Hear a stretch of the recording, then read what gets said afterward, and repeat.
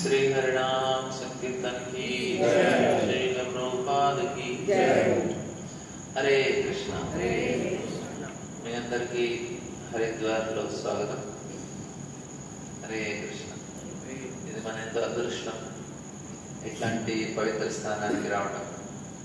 అయితే మనం ఇట్లాంటి స్థానానికి వచ్చినప్పుడు ఈ సమయాన్ని మనం పూర్తిగా వినియోగించుకోవాలి। దీని నుంచి మనకి పూర్తి బెనిఫిట్ పొందాలి। అయితే ఏదైనా స్థానానికి వచ్చినప్పుడు మనకి 3 రకాలైన బెనిఫిట్స్ ఉంటాయి। ఒకటి ఏంటంటే మనకి చూడటానికి మంచి వాతావరణం, అందమైన దృశ్యాలు, మంచి నది ప్రవహిస్తుంటుంది, మీరు మంచిగా ఫోటోలు తీసుకోవచ్చు, సెల్ఫీలు తీసుకోవచ్చు, గ్రూప్ ఫోటోలు తీసుకోవచ్చు। ఇది వచ్చి సిటీ నుంచి కొంచెం దూరంగా వచ్చి, అఫ్కోర్స్ ఇక్కడ కూడా సిటీ లాగే ఉంది కాబట్టి కొన్ని ప్రదేశాలు మనం ఈరోజు బయలుదేరుతాం కాబట్టి మనం మంచి అందమైన దృశ్యాలు చూడవచ్చు, లోయలు, పర్వతాలు, నదులు। ఇది వచ్చి మొదటి బెనిఫిట్, మీకు మంచిగా చూసే అవకాశం లభించింది।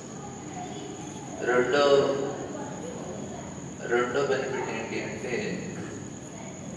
మనకి మనసుకి మంచి కలుగుతుంది। ఎందుకంటే ఫస్ట్ ఏంటంటే మాతాజీలకి రోజు ఉండటం అవసరం లేదు, ఇంట్లో ఉన్నప్పుడు రోజు 3 సార్లు ఉంటుంది, మైండ్ పీస్ఫుల్గా ఉంటుంది, టెన్షన్ లేదు, ఉండే టెన్షన్ లేదు। जिनको तेलुगु नहीं समझता, मैं जो अभी बोल रहा हूँ तेलुगु में आपको हिंदी में फिर से दोहराऊंगा, तब तक के लिए आप भगवान का नाम लीजिए।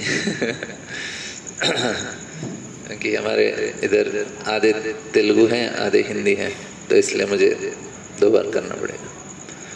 तो ఇక్కడ మొదట ఏంటంటే ప్రభుజీలకి ఆఫీస్ టెన్షన్, వాటి టెన్షన్ లేదు, మాతాజీలకి ఉండే టెన్షన్ లేదు, హ్యాపీగా 3 పూట్లు మీకు ప్రసాదం దొరుకుతుంది। ఇంకొకటి ఏం బెనిఫిట్ అంటే మైండ్కి మనం ఈ యొక్క మంచి స్థానాలు రావటం వల్ల ఈ యొక్క ప్రదేశాల యొక్క ప్రభావం ద్వారా మనస్సు కొంచెం ప్రశాంతంగా ఉంటుంది। మీరు ఈరోజు బయలుదేరినప్పుడు చూసిన వెంటనే ఆ ప్రదేశాల యొక్క అటువంటి శక్తి ఉంటుంది।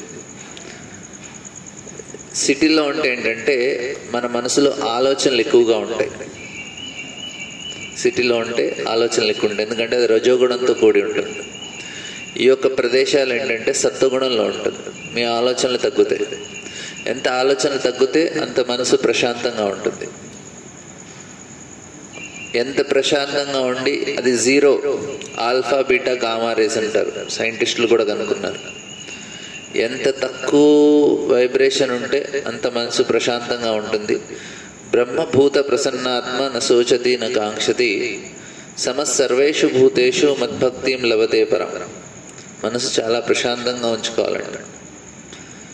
మూడోది వచ్చి 2 బెనిఫిట్లు చెప్పాను, ఒకటి చూడటానికి మంచిగా ఉంటుంది, రెండోది వచ్చి మనసుకి మంచిగా ఉంటుంది, మూడోది అన్నిటికన్నా ముఖ్యమైనది ఏంటంటే ఆత్మ, దానికి కూడా చాలా మంచి జరుగుతుంది।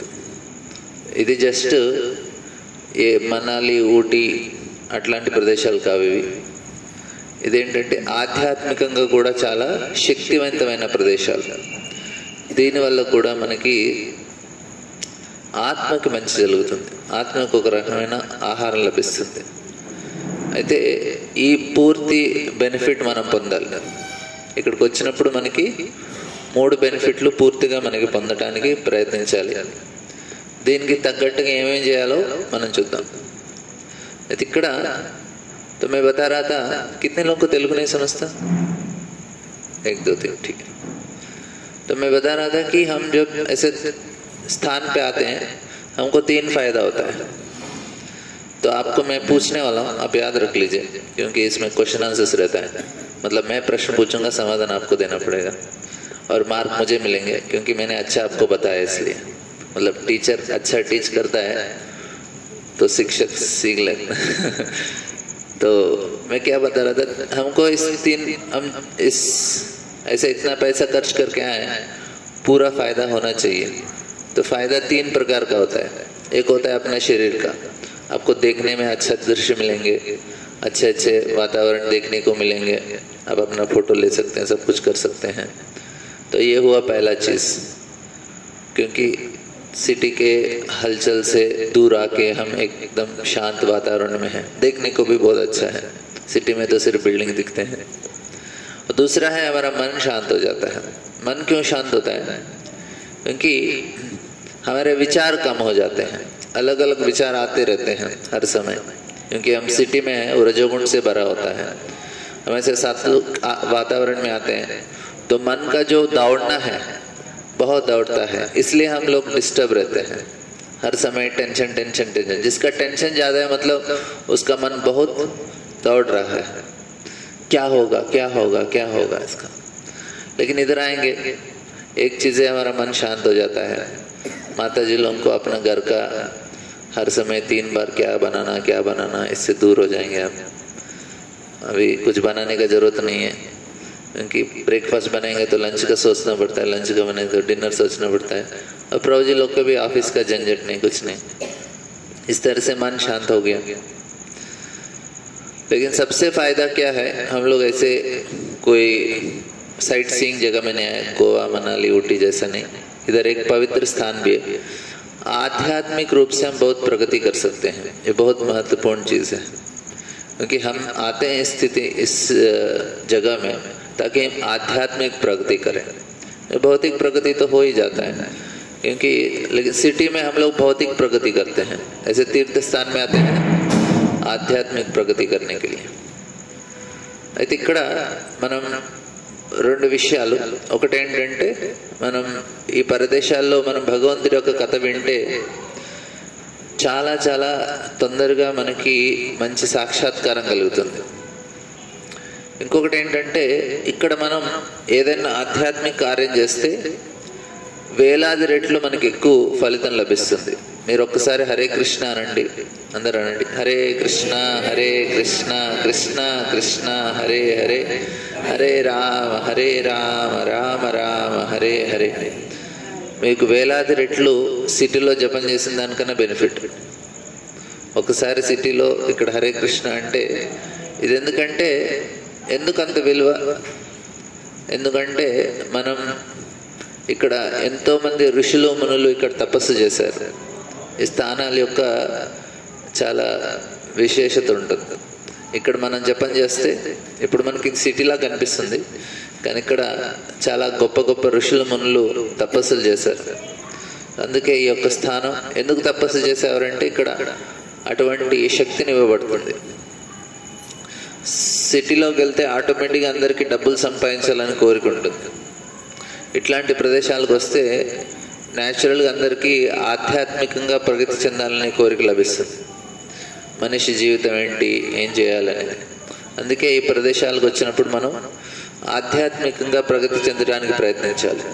భౌతికంగా అయితే చాలా ప్రగతి ఉంటుంది మనకి, ఆధ్యాత్మిక ప్రగతి ఇట్లాంటి ప్రదేశాల్లో ఎక్కువగా ఉంటుంది. జనరల్గా జనాలు రిటైర్ అయ్యాక ఇక్కడికి వచ్చేస్తారు. తీర్థస్థానాలు ఒక విషయం చెప్తాను, మీకు నచ్చకపోవచ్చు కానీ అర్థం చేసుకోవాలి. ఏంటంటే ఈ తీర్థస్థానాలకు వచ్చి మళ్ళీ వెనక్కి వెళ్ళకూడదు. ఇటు నుంచి ఇటే మనం భగవంతుడి యొక్క ధామానికి వెళ్ళాలి. కనుక అంత ముందు కాలంలో ఎవరైనా కాశీకి వెళ్తున్నారు, హిమాలయాలకు వెళ్తున్నారంటే మళ్ళీ తిరిగి వచ్చేది ఉండదు. ఊళ్ళో వాళ్ళందరూ వచ్చి ఆయనకి సెండ్ ఆఫ్ ఇచ్చేవారు, ఫేర్వెల్ పార్టీ. అయినా హిమాలయాలకు వెళ్ళిపోతున్నావు, నీకు మంచి సాక్షాత్కారం జరిగింది, మళ్ళీ రానొస్తా. ఎవరు తిరిగి రారు. ఎవరైనా కాశీకి వెళ్ళి తిరిగి వస్తే ఊళ్ళో వాళ్ళందరూ ఆయన్ని కొంచెం గొప్పగా చూసేవాళ్ళు. ఎంతో సాక్షాత్కారం పొందారు. మొత్తం చిన్నప్పటి వాళ్ళకి పెళ్ళి పిల్లలు వచ్చేసి ఇంకొక వయసు వచ్చేసాక వాళ్ళకి అనిపించేది ఇంకా నేను నా బాధ్యతలు అయిపోయాయి, ఇవన్నీ మళ్ళీ తిరిగి వెళ్ళే ప్రదేశాలు కావు. అని మనకేంటంటే ఇప్పుడు కలియుగంలో అంత సాక్షాత్కారం లేదు కాబట్టి అట్లీస్ట్ ఒకసారి చూసేసి ఆ యొక్క స్ఫూర్తిని పొందడానికి ప్రయత్నిస్తున్నాం మనం. కానీ ఇవి సైట్ సీయింగ్ ప్లేసులు కావు, వచ్చి ఏదో చూసి వెళ్ళే ప్రదేశాలు కావు. ఇక్కడి నుంచి ఆత్మ సాక్షాత్కారం పొందాల్సిన ప్రదేశాలు ఇవి. ఇక్కడికి ఋషుల మునులు వచ్చేవారు, హనీమూన్కి ఎవరు రారు ఇక్కడికి. ఎందుకు? ఎందుకంటే ఈ ప్రదేశాల యొక్క ప్రభావం అట్లాంటిది కాబట్టి. మనం ఇక్కడ ఆధ్యాత్మికంగా ప్రగతి చెందడానికి మీకున్న నెక్స్ట్ ఒక 10 రోజులు మీరు కొంచెం సిన్సియర్గా భగవన్నామ స్మరణ చేసుకుంటూ ఎంత వీలైతే అంత మనం ఆధ్యాత్మికంగా ప్రగతి చెందడానికి ప్రయత్నిద్దాం. మీకు చాలా చాలా తొందరగా ఈ యొక్క ప్రదేశాల కథ కూడా చెప్తాను మీకు. దాంతోపాటు మీకు చేయాల్సిన విషయం ఏంటి అంటే సమయాన్ని మనం ఆధ్యాత్మికంగా ప్రగతి చెందడానికి. ఇప్పటికీ జీవితంలో సగం వయసు అయిపోయి ఉంటుంది. ఎందుకంటే 35 దాటాక తర్వాత పెద్దగా చేసేది ఏముండదు. తర్వాత నుంచి గ్రాఫ్ కిందకి వస్తూ ఉంటుంది, అప్పుడు దాకా పైకి. సో అందుకు మనం కొంచెం తర్వాత 60 తర్వాత ఎక్కువగా ఏం చేయలేం కూడా. సో అందుకే ఇప్పుడు కొంచెం శక్తి ఉంది, కొంచెం మంచిగా భక్తి చేసుకోగలుగుతాం మనం. तो मैं क्या बता रहा था कि हम लोग ఎవరికైతే హిందీ తెలుగు రెండు వస్తాయి వాళ్ళకి రివిజన్. तो मैं क्या बता रहा था कि हम लोग इस तीर्थ स्थान पे ऐसे आते हैं तो उसका पहले तो फायदा है, और साथ ही साथ ऐसा एक सच है जो बहुत कड़वा है कि जो लोग इस तीर्थ स्थान पे आते हैं फिर घर वापस नहीं जाना चाहिए. उनकी एकाएक समय में उनके जीवन में ऐसा साक्षात्कार आता है कि मुझे आध्यात्मिक जीवन में प्रगति करना है, तो वे अपने घर बार छोड़ के ऐसे स्थान पे आते हैं भजन करने के लिए. कोई वापस नहीं जाता इधर. एक बार इस जगह में आते हैं तो उनके हृदय के अंदर इतना वैराग उत्पन्न हो जाता है, उनको लगता है कि और कुछ चाहिए नहीं इधर. इस जगह में आप एक बार हरिनाम करेंगे आपको हजारों गुना उसका फायदा होता है. फायदा मतलब ऐसा मटेरियल फायदा नहीं, चलो इतना इन्वेस्ट किया इतना प्रॉफिट मिला, ये आध्यात्मिक फायदा होता है. फायदा ऐसा है क्योंकि इधर बहुत सारे ऋषि मुनि भी तपस्या कर चुके हैं, तो उनका भी जो शक्ति है इस स्थान पे है, तो इसलिए उसका भी फायदा है. बहुत सारी चीजें हम आगे चर्चा करेंगे. लेकिन मैं बता रहा था कि हम लोग इस संसार में हम लोग आध्यात्मिक कोई ऐसा आध्यात्मिक प्रगति करने के लिए ऐसा ही एक साधन है और कोई मार्ग नहीं है. तो हमको चाहिए कि ज़्यादा से ज़्यादा हम लोग इधर भजन करें, कीर्तन करें, और आगे का 10 दिन हम लोग ध्यान करेंगे और भगवान का स्मरण करेंगे ताकि हम लोग आध्यात्मिक रूप से प्रगति कर लें. क्योंकि पहले के ज़माने में तो बहुत आसान से हो जाता था, अभी नहीं होता है. एटलीस्ट एक 10 दिन तो हम लोग प्रयास करेंगे. और हमारे पास माला है, जप माला है, तो सभी लोग आज से आप लोग जप करना शुरू कीजिए. जिन्होंने जप नहीं किया है हम लोग माला लेके आए हैं आपके लिए. और सभी लोग तिलक भी लगाना चाहिए, तिलक भी लेके आया है. तिलक क्यों लगाना चाहिए? ये भगवान के चरण कमल हैं और नीचे ये तुलसी है, तो हम भगवान के चरणों को अपने मस्तक पर धारण कर रहे हैं. तो మనం ప్రతిరోజు తిలకం పెట్టుకోవాలి. నేను తిలకం తీసుకొచ్చాను మీకు. జపమాల ఉంది, ఎవరైతే జపం చేయట్లేదో వాళ్ళందరికీ మాలలు ఇస్తాం మేము. మీరందరూ ఈ రోజు నుంచి జపం మొదలు పెట్టండి. ఈ 10 రోజులన్నా జపం చేసుకోండి. మీకు తిలకం పెట్టుకొని జపం చేసుకొని ఈ 10 రోజులు మీరు భగవాన్ స్మరణలో ఉండండి. इस 10 दिन के लिए जो लोग माला नहीं है उनको हम माला दे देंगे और आप जप कीजिए और भगवान का स्मरण कीजिए. तो इससे क्या होता है, हमारा आध्यात्मिक प्रगति शुरू हो जाता है इधर से. और क्योंकि 10 दिन में आपने कितना माला किया उसको 1000 गुना बेनिफिट आपको हैदराबाद से ज़्यादा मिल जाएगा। तो इसलिए आप लोग इस प्रकार से जप कीजिए और ज़्यादा से ज़्यादा जप करने का प्रयास कीजिए, क्योंकि हमारा अभी 8 बजे इधर शुरू होंगे, कम से कम 7:30 बजे, तो हमको 12 घंटा लगेगा। तो 12 घंटे में कितना जप कर सकते हैं? आधा समय सो गए तो भी उसके बाद जप कर सकते हैं। तो हम लोग इस 10 दिन के लिए हम लोग इसको एक भौतिक साइट सीइंग नहीं, आध्यात्मिक प्रगति के लिए इस्तेमाल करना चाहिए। तो हम लोग हरिद्वार में हैं, तो इस जगह का भी थोड़ा बता देता हूँ। इसको हरिद्वार बोलते हैं और गंगा द्वार भी बोलते हैं इस जगह को। इसमें क्या होता है कि गंगा का जो कहानी है हम लोग गंगोत्री के समय चर्चा करेंगे, लेकिन इधर के जो इन कुछ विषयों के बारे में बताता हूँ। गंगा का उद्गमन होता है, उसके बाद गंगा हिमालय से गुजरते गुजरते जो समतल है, मतलब प्लेन्स, ये हरिद्वार को टच करते हैं। तो इससे पहले ऋषिकेश तक हिमालय में ही है। उसके बाद पहली बार इस प्लेन में जो हिमालय से उतरती हैं, तो उतरते हैं तो हरिद्वार में उतरते हैं, इसलिए इसको गंगा द्वार भी बोलते हैं, हरिद्वार और गंगा द्वार, क्योंकि इधर गंगा उतरती है। అంటే గంగా హిమాలయాల్ని విడిచిపెట్టి మొదటిసారి హిమాలయాల తర్వాత ఇక్కడికి వస్తుంది, అందుకే దీన్ని గంగా ద్వార్, హరిద్వార్ కూడా అంటారు। అయితే దీన్ని కుషద్వార్ అంటారు। ఇక్కడ ఈ యొక్క इस स्थान का महिमा अलग अलग पुराणों में दिया है, स्कंद पुराण में, नारद पुराण में, पद्म पुराण में।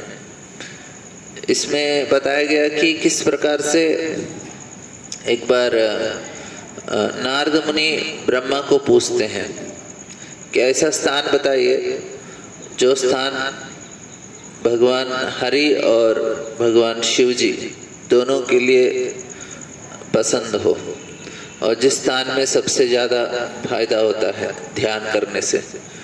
तो ब्रह्मा जी इस स्थान के बारे में बताते हैं। हरिद्वार बहुत ही महत्वपूर्ण स्थान है। इधर इससे थोड़ा दूर पहले हम जा नहीं पाएंगे, सप्त द्वार भी बोलते हैं, जिधर सप्त ऋषि ध्यान कर रहे थे। तो जब गंगा प्रवेश, ब्रह्मा गंगा का प्रवाह हो रहा था, तो बताते हैं ब्रह्मा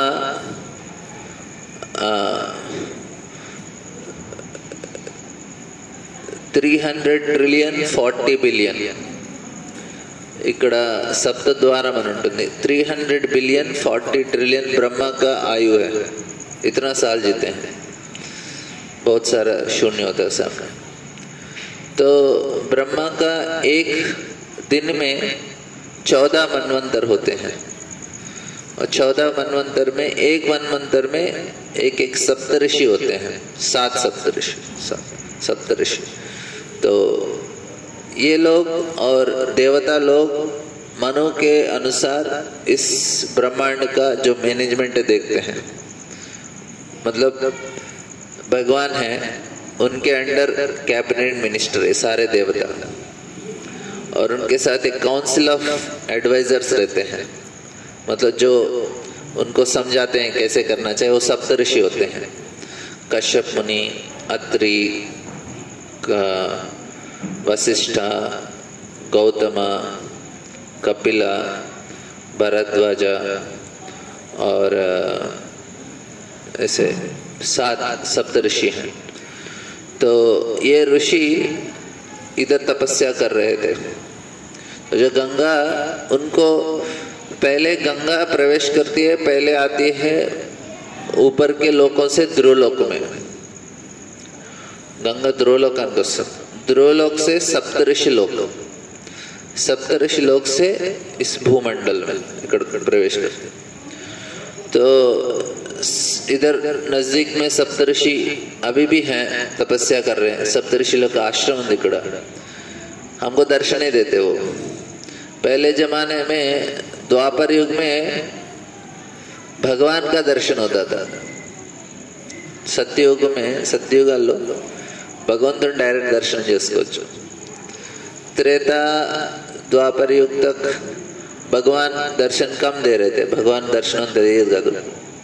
लेकिन देवताओं का दर्शन होता था आराम से, इंद्र चरण वरुण देवतल दर्शन లభించేది।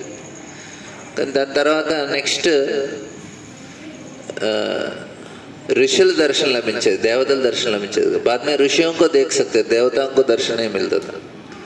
लेकिन अभी कलयुग में ऋषि मुनि का भी दर्शन नहीं होता है हमें, क्योंकि बहुत स्थूल हो गया है। वो लोग सूक्ष्म रूप से इधर तपस्या करते हैं।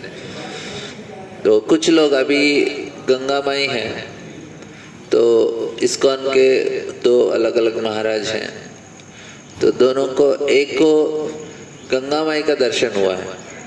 परम पूज्य सच्चिदानंद महाराज हैं, बताते हैं एक बार वो गंगा के तट पे बैठ के ध्यान कर रहे थे, जप कर रहे थे।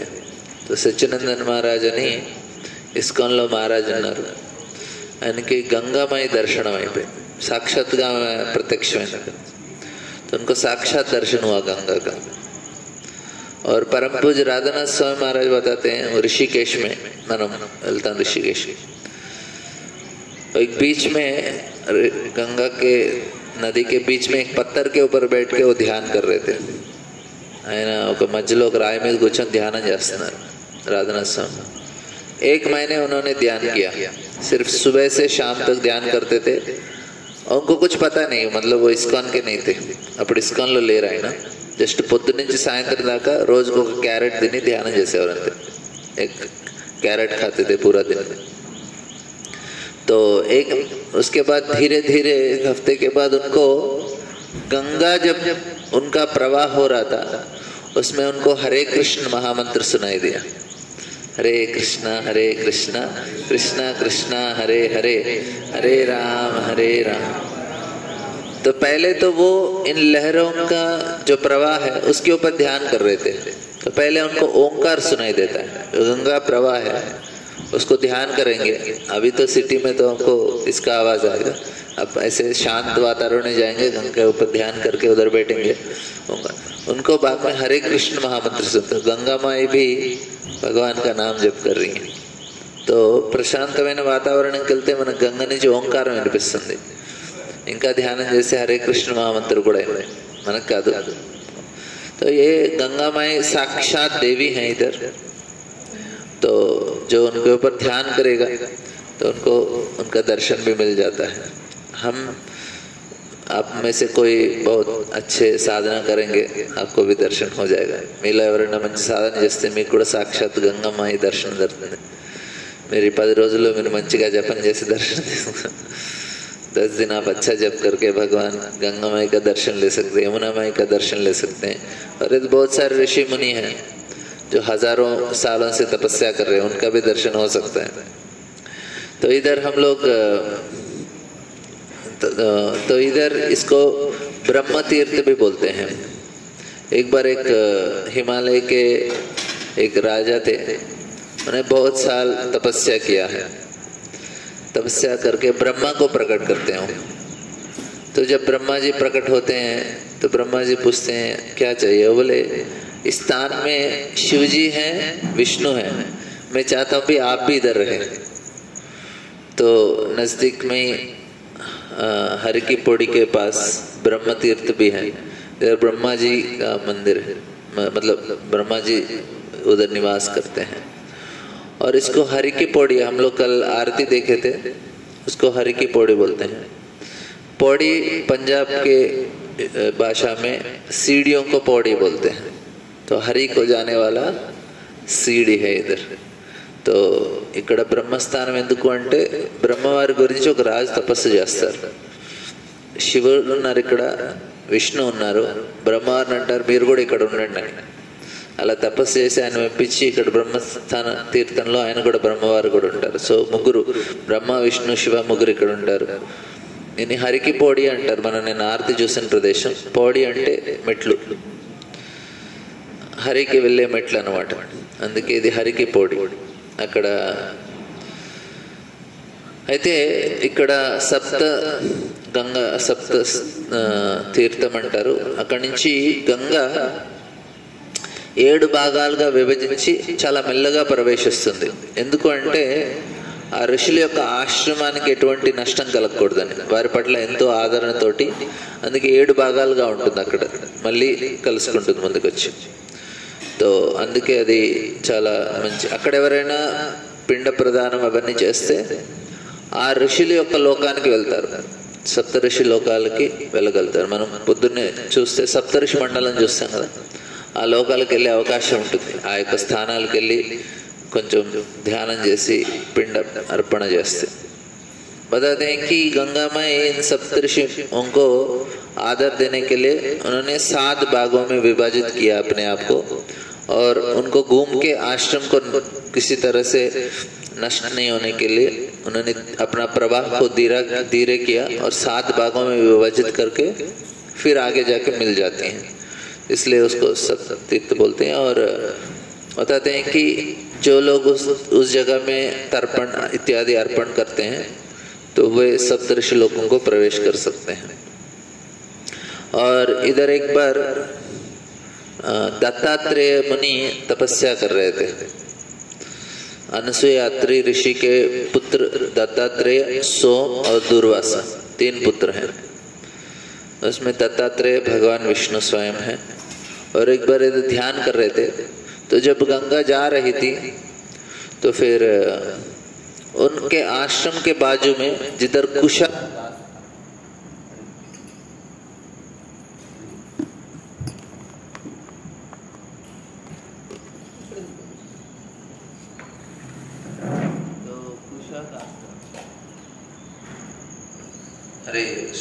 तो कुशा घास गंगा क्या किया, उन्होंने उस घास को बहा के लेके गए।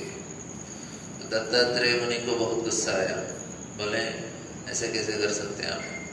तो उनको सुखाने के लिए, चलाने के लिए वो श्राप देने वाले थे। सारे देवता आ गए और प्रार्थना किया कि नहीं नहीं नहीं, गंगा को कुछ मत कीजिए। तो फिर उन्होंने बोला ठीक है, मैं उनको कुछ नहीं करूँ, लेकिन आप सारे लोग इधर रह जाइए। सारे देवी देवता उधर रहते हैं। బ్రహ్మవారు ఒకసారి గంగా దత్తాత్రేయ ఆశ్రమం నుంచి వెళ్తూ అక్కడున్న కుష గడ్డిని, అది ఎందుకంటే అది యజ్ఞానికి వాటికి ఉపయోగిస్తాం మనం, కుషాగాస్త ఒక యజ్ఞకి వెళ్ళి ఇస్తాం కదా. तो उसको అక్కడి నుంచి దాన్ని కొట్టుకుపోతుంది మొత్తం గడ్డి అంతా, అది యజ్ఞానికి ఉపయోగించేది. ఆయన కోపం వస్తుంది, శాపం పెడతా అంటే అప్పుడు దేవతలు వచ్చి ప్రార్థిస్తారు, మీరు ఇక్కడే ఉండండి అని दत्तात्रेय ఉన్నాడు. और एक इधर द्रोणाचार्य का जन्म हुआ। हम लोग महाभारत में जो भारद्वाज मुनि एक बार इधर तपस्या कर रहे थे, तो गड्डी इच्छा करके एक अप्सरा जा रही थी, और द्रोणाचार्य आकर्षित हो जाते हैं उनको देख के, तो उनका वीर का स्खलन हो जाता है। तो उसको द्रोण में लेते हैं, 2 द्रोण में, एक से लड़का एक से लड़की पैदा होते हैं। अभी तो टेस्ट ट्यूब पे भी बोलते हैं, उसका टेक्नोलॉजी पहले से ही था।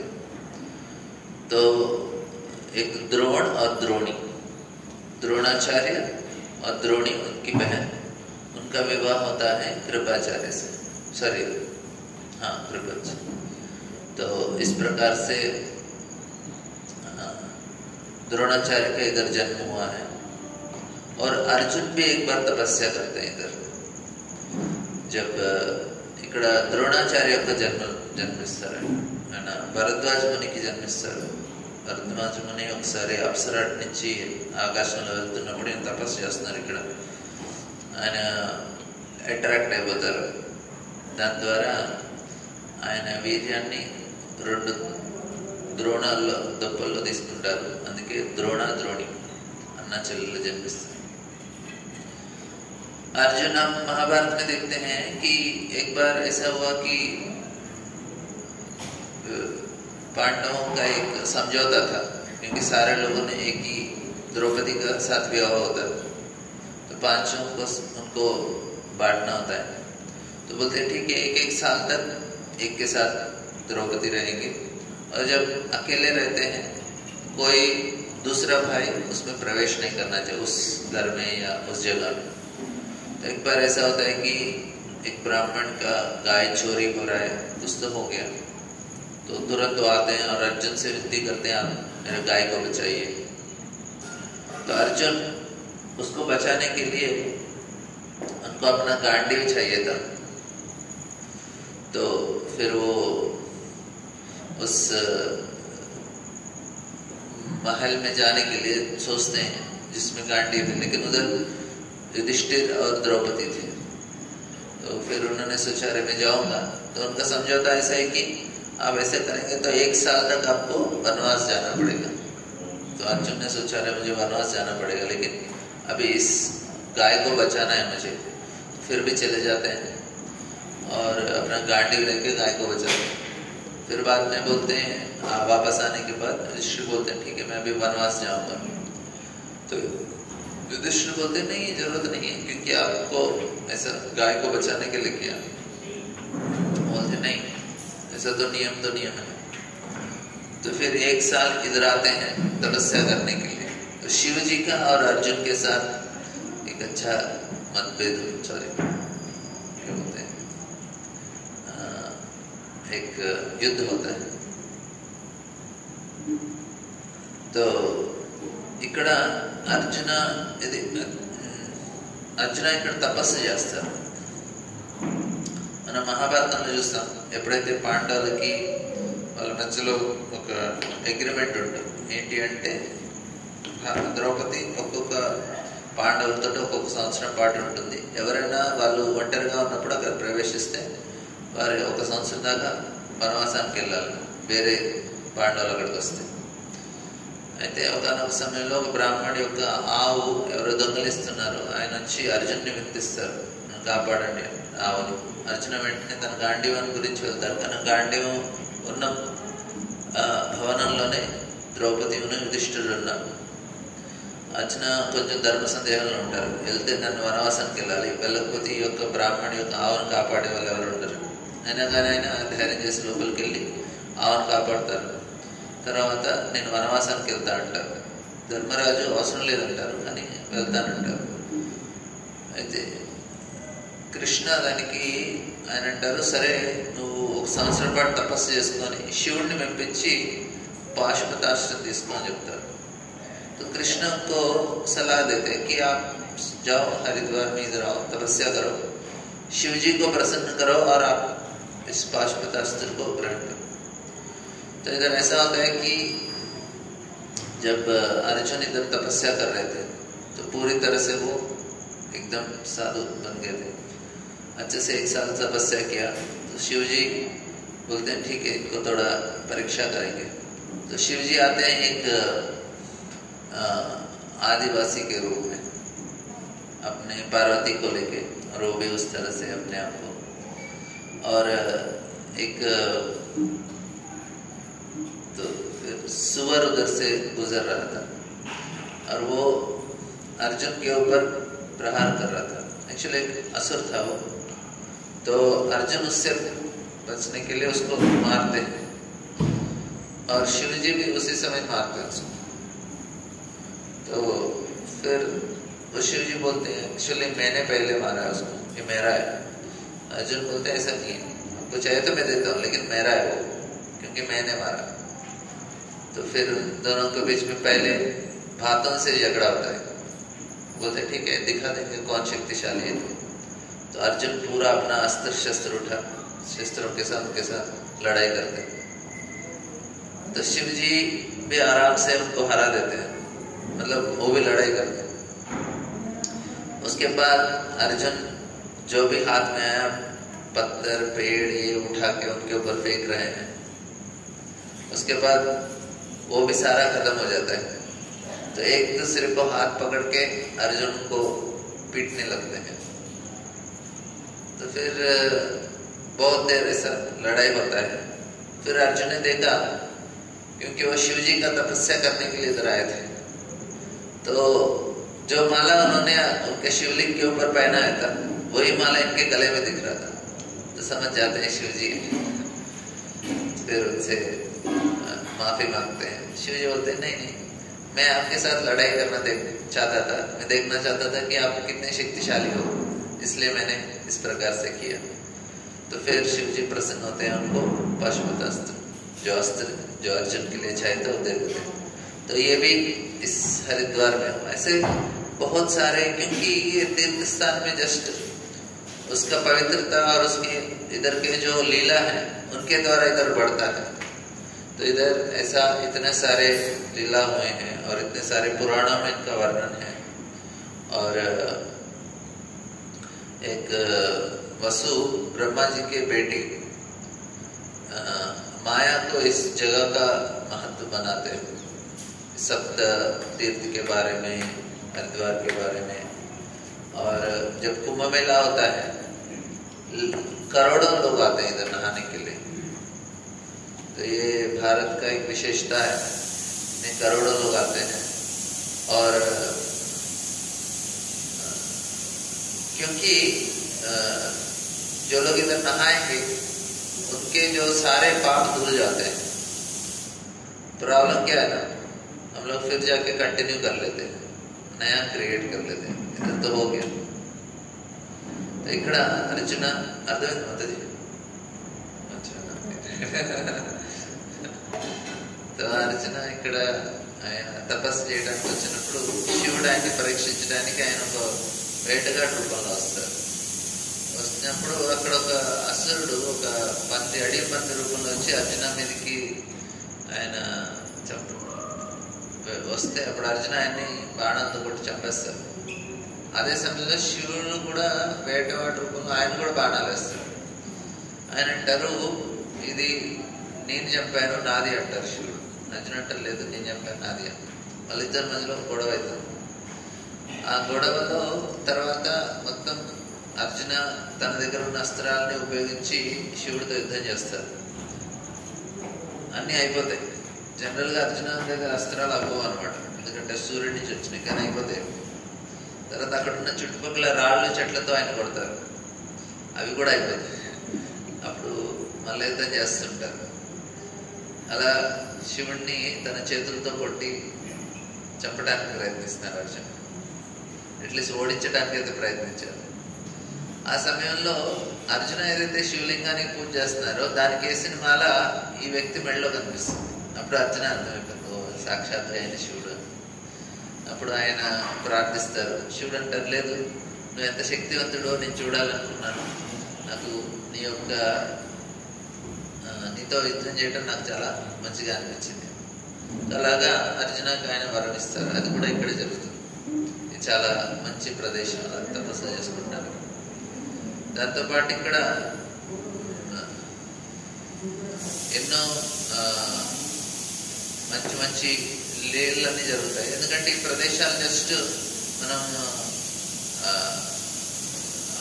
ఎవరైతే వస్తారో కుంభమేళ జరుగుతుంది, ఇక్కడ కోట్లాది మంది వస్తారు. ఇక్కడ అమృతం యొక్క బిందు ఇక్కడ పడుతుంది 4 చోట్ల. సో ఇది కూడా ఒక place. Ujjayini, Nashik, Trimbakeshwar plus Haridwar plus Prayagraj. So ఈ 4 ప్రదేశాల్లో ఇక్కడ కుంభమేళ జరుగుతుంది. కోట్లాది మంది వస్తారు. వాళ్ళందరూ వచ్చి ఇక్కడ స్నానం చేస్తారు. ఎందుకు స్నానం చేస్తారంటే మన పాపాలన్నీ తొలగిపోతాయి. కానీ సమస్య ఏంటంటే మళ్ళీ పాపాలు చేస్తాం మనం. అందుకే ఇన్ని క్లీన్ అయిపోయినా కానీ పెద్దగా ఉపయోగం ఉండదు మనకి.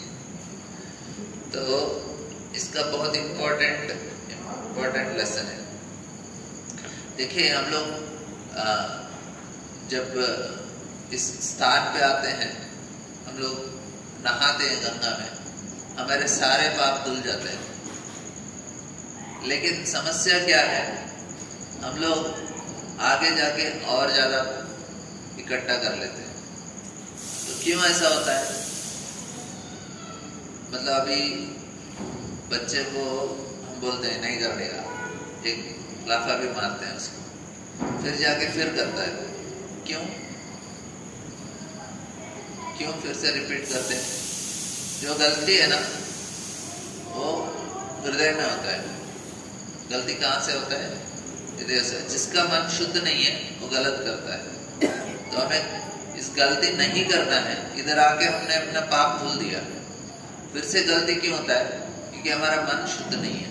तो मन शुद्ध करना है, उसके लिए हमें भगवान का नाम जप करना है। देखिए सारे दुख का जो कारण है ना, हमारा अशुद्ध मन है। मलिन मन की सारी बात बेकार है, हरिनाम ही सार है, महाप्रभु आधार है। तो हमारा जो मन है वो हमें दुख दे रहा है। तो मन का दुख से दूर जाना है तो मन को शुद्ध करना है। तो मन को शुद्ध करने के लिए मतलब क्या है? हमारा मन में मैं बताया, मन बहुत विचलित है, ऐसा ऊपर नीचे इतने सारे विचार आते हैं हमारे मन में, ये हमारा दुख का कारण है। मन को क्या करना चाहिए? शांत रखना चाहिए, मन को शांत करना चाहिए। इसलिए मंत्र बोलते हैं, मंत्र। त्रा मतलब त्रायते, उसका उद्धार करता है। मन को उद्धार करना मतलब मन को शांत करना। अभी मैंने एग्जाम लिखा, 3 दिन के बाद रिजल्ट आ रहा है। तो 3 दिन मन क्या करेगा? टेंशन देगा, क्या होगा क्या होगा। आपका टेंशन लेने से रिजल्ट बदलता है क्या? बताइए, आपका टेंशन लेने से रिजल्ट बदलेगा क्या? लेकिन मन क्या करेगा? टेंशन लेगा ही लेगा। तो ये मन का प्रॉब्लम है। तो जब तक हम मन शुद्ध नहीं करते, हम जीवन में कभी सुखी हो ही नहीं सकते। मन को शांत करना ही जीवन का लक्ष्य है। जीवन, ऋषि मुनि लोग इधर तपस्या क्यों कर रहे हैं इतने हजारों साल? एक ही चीज के लिए, क्या करना चाहते हैं? मन को शांत करना चाहते हैं। समझ रहे हैं आप? जिसका मन शांत हो गया उसको परमात्मा का साक्षात्कार हो जाता है। समझ रहे हैं आप? तो इसलिए हमें मन को शांत करने के लिए भगवान का ध्यान करना चाहिए। इसलिए हम लोग माला लेके आए हैं। आप सारे लोग माला लीजिए जिनके पास नहीं है, और जप कीजिए, और 10 दिन एटलीस्ट आप भगवान का नाम जप कीजिए, आपके लिए बहुत फायदा है। ఏమంటున్నారంటే మనకి అన్నిటికన్నా పెద్ద శత్రువు మన మనసులో ఉన్న ఇలాంటి ఆలోచనలే. నేను ఎగ్జామ్ రాసి కూర్చున్నాను, 3 రోజుల తర్వాత రిజల్ట్ వస్తుంది. ఆ 3 రోజులు నేను పూర్తి టెన్షన్లో ఉంటాను. నేను టెన్షన్ తీసుకున్నంత మాత్రాన రిజల్ట్ మారుతుందా? కానీ టెన్షన్ అలాగే ఉంటుంది. అలా మన మనసు మనకెంతో ఇబ్బంది కలిగిస్తుంది. ఈ మనసు ఇబ్బంది, ఇక్కడ ఋషుల ముళ్ళు వచ్చి వేలాది సంవత్సరాలు తపస్సు ఎందుకు చేస్తున్నారంటే ఈ మనసును నియంత్రించడానికి. ఈ మనసును నియంత్రించడమే మన జీవితం యొక్క లక్ష్యం. మనసుని జయించిన వారు పరమాత్మ యొక్క సాక్షాత్కారం లభిస్తుందంట. దానికి సులువైన మార్గం కలియుగంలో ఈ హరినామ జపం చేసుకోవటం. ఎవరైతే ఈ మహామంత్రాన్ని జపం చేస్తారో వారి మనసు చాలా ప్రశాంతంగా నిర్మలంగా ఉంటుంది. అటువంటి వారు ఎంతో ఆనందాన్ని అనిపిస్తారు. అశాంతస్య కుతసుఖం, శాంతి లేకుండా సుఖం రాదంట. बोलिए मेरे पीछे, अशांतस्य कुतसुखम. भगवद्गीता कृष्ण చెప్తున్నారు, मन को बिना शांत के सुख प्राप्त नहीं कर सकते. आप कितना भी प्रयास करो, कितना भी आप पैसा इकट्ठा कर लो, कितना भी चीजों को इकट्ठा कर लो, जब तक आपने मन को नहीं नियंत्रित किया है, आशा मत करो कि आपको आनंद मिलेगा. शांति नहीं मिलने वाला. కృష్ణ భగవద్గీతలో చాలా స్పష్టంగా చెప్తున్నారు, నాయన శాంతి లేకుండా ఆనందం రాదు. మనసులో శాంతి ప్రశాంతత కావాలి. మీకు అది రాలేదనుకోండి, మీరు ఎంత ఏం కూడబెట్టుకున్నా కానీ మనసులో ప్రశాంతత రాదు. మీకు అది వస్తుంది ఎప్పుడు? మనసును నియంత్రించినప్పుడు. అది ఎలా నియంత్రిస్తాం? కలియుగంలో హరినామం ద్వారా. రుచి అక్కడ బ్యాక్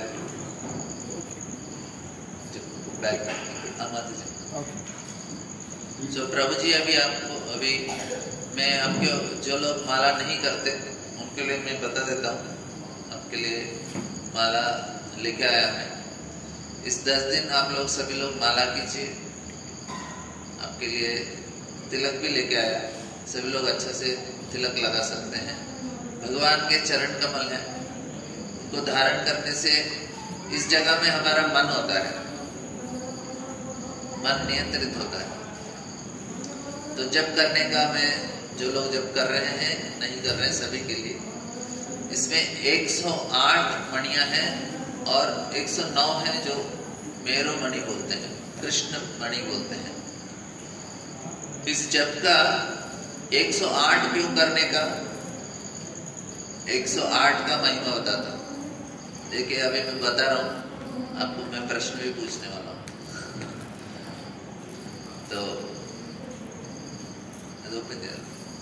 तो इधर 108 क्या होता है? 108 किसको सूचित करता है? 108 अनंत को सूचित करता है। किसको सूचित करता है? जो से बोलिए, अनंत को सूचित करता है। मतलब 100 बार आपने जप किया, मतलब अनंत बार आपने जप किया। 108 अनंताన్ని सूचिస్తుంది। 108 इन्फिनिटी, मतलब आपने 108 पाठ किया, मतलब अनंत गुणगान किया।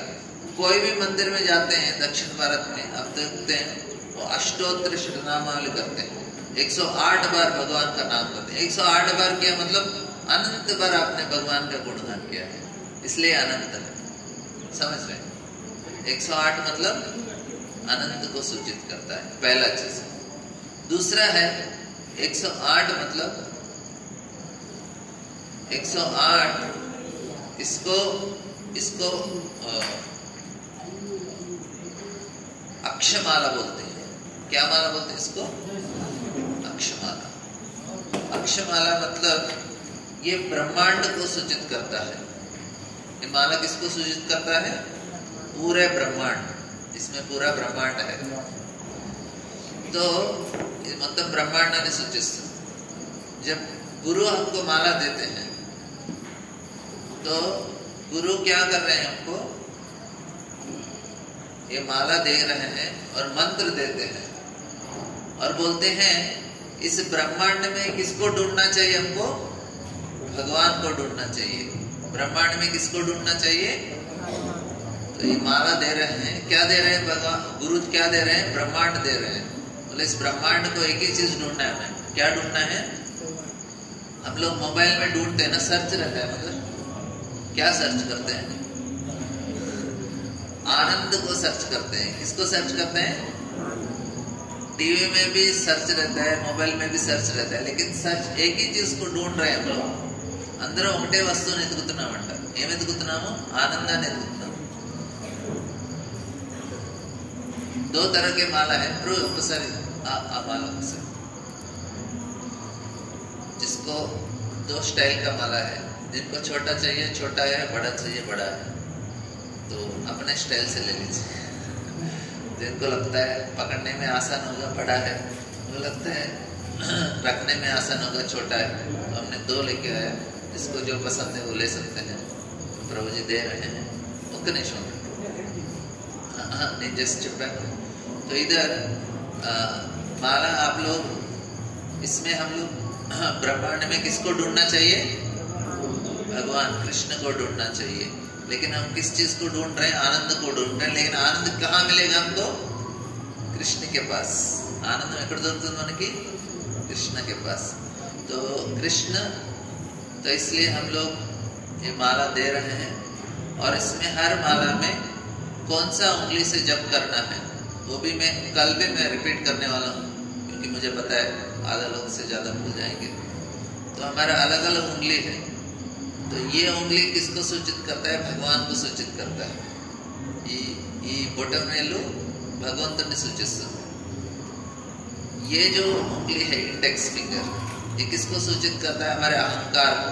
किसको? अहंकार को। ये जो बीच वाला उंगली है ये किसको सूचित करता है? हमारे मन को, हृदय को। और ये सूचित करता है हमारे इच्छाओं को, रिंग फिंगर, जिसमें गोल्ड रिंग। तो एक एक उंगली, इस उंगली से जप करने से, जो छोटा है, तबीयत अच्छा होने के लिए इसमें जप करते हैं। इसको इच्छाओं को पूरा करने के लिए इससे जप करना चाहिए। इससे जप किया तो हमारा मन शुद्ध हो जाता है। और ये जो है अहंकार बढ़ाता है। शत्रुओं को नाश करने के लिए इससे जप करना चाहिए। ये जो हमारा भगवान है, भगवान के सामने हमारे मन हृदय को हम झुका रहे हैं। मैं बताया हमारा दुख का क्या कारण है, किसको याद है? दुख क्यों आ रहा है? ఎందుకు దుఃఖం లభిస్తుందని చెప్పాను నేను? मैं अभी बताया। हाँ कोई तो मुझे बचा लिया। मुझे भी दुख हो रहा है कि आप लोग को मैं जो बोल रहा हूँ समझ में नहीं आ रहा। हमारा दुख का एक ही कारण है, हमारा मलिन मन। दुखाనికి ఒకటే కారణం, మనస్సు నియంత్రణ లేకపోవటమే దుఃఖానికి కారణం। जब तक मन नियंत्रण नहीं है, मन शांत होता है तो सुख मिलता है। बताया ना मैंने, अशांत से कुत सुखम। मन को क्या करना चाहिए? शांत कीजिए मन को। हम लोग हरिद्वार आए हैं, भगवान के द्वार में आए हैं, और किसी चीज का चिंता करने का जरूरत नहीं है। सिर्फ एक ही एक चीज करना है, भगवान का शरण लेना है।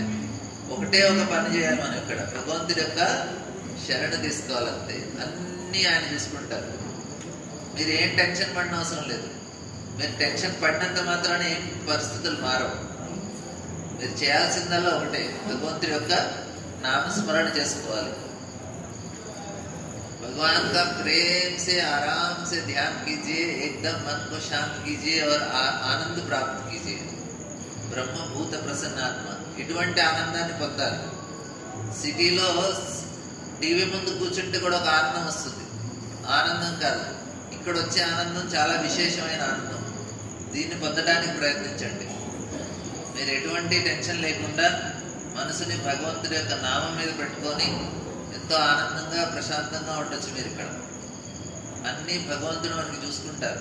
ఆయన ద్వారానికి వచ్చాం మనం, ఆయన ఇంటికి వెళ్ళామంటే బాధ్యత ఎవరిది? ఆయనదే కదా। మీకేం కావాలి, ఎప్పుడు కావాలి, ఎలా కావాలి, మీకు కావాల్సినవన్నీ ఆయన చూసుకుంటున్నారు। మీరు చేయాల్సిందల్లా ఒకటే, ఆయన స్మరణ చేసుకోండి, మనసుని ప్రశాంతంగా ఉంచుకోండి। దాంతో పాటు ఆయన స్మరణ చేయాలంటే నామాన్ని జపం చేసుకోవాలి।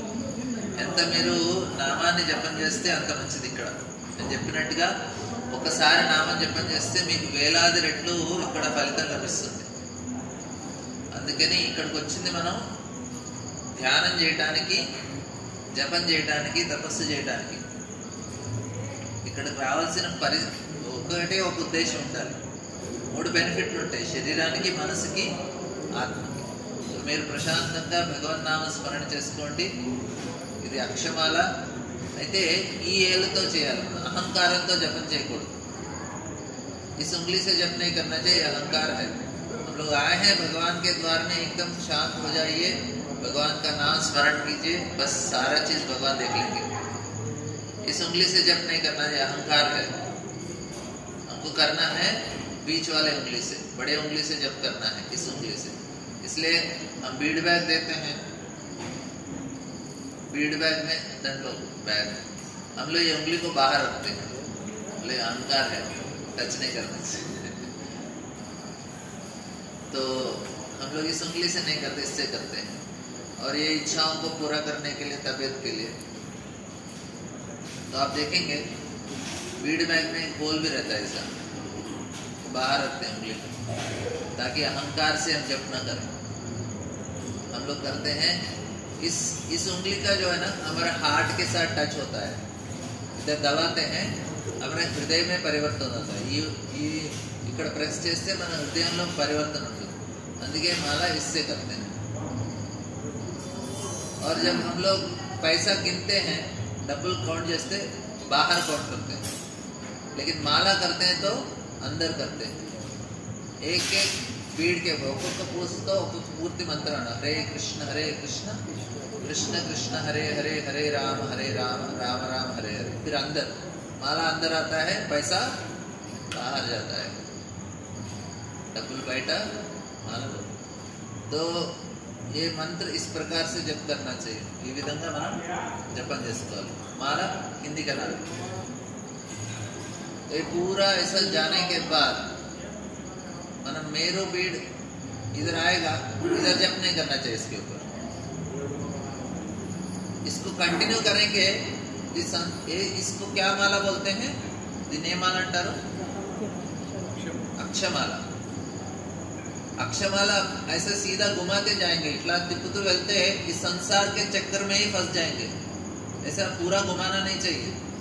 इधर आने के बाद इसको काटना चाहिए इधर, और फिर से उल्टा घुमाना चाहिए। सीधा नहीं घुमाना चाहिए, फायदा नहीं मिलेगा। इधर तक आने के बाद उल्टा करो, फिर से शुरू करो, क्योंकि हमको इस संसार चक्र से छुटकारा चाहिए, बाहर निकलना चाहिए। समझ रहे हैं?